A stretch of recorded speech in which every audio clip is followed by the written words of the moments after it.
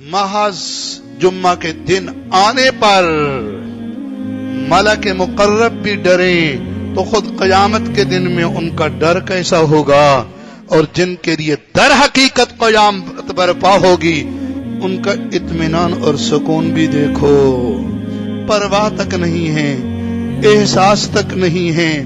اس قیامت کی تیاری نہیں ہو رہی ہے، اس قیامت کو اپنے لیے خراب کیا جا رہا ہے، کوئی خوف نہیں، کوئی ہیبت نہیں ہے۔ بات کیا ہے، خوش بھی نہ ہوا کرو کہ ہمارے اوپر قرآنی آیات کا اثر نہیں ہوتا،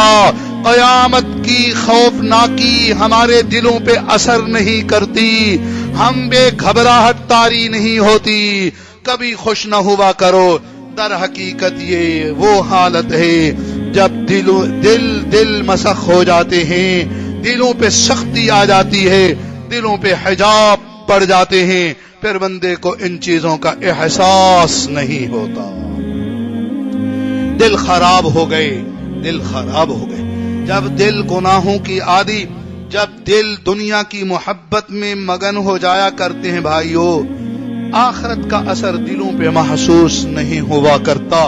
دلوں کو جتنا جلا ملتا ہے، دل جتنے صاف ہوتے جاتے ہیں، اللہ کے ساتھ جتنا تعلق بڑھتا جاتا ہے، یہ قرآنی آیات دل کے اوپر اثر کرتے ہیں، گولی کی طرح ہر آیت دل کے اندر پیوست ہو جاتی ہے، بندے کی حالت اور ہوتی ہے۔ ہم جب کبھی ان چیزوں کو محسوس نہ کریں، اپنے دلوں کو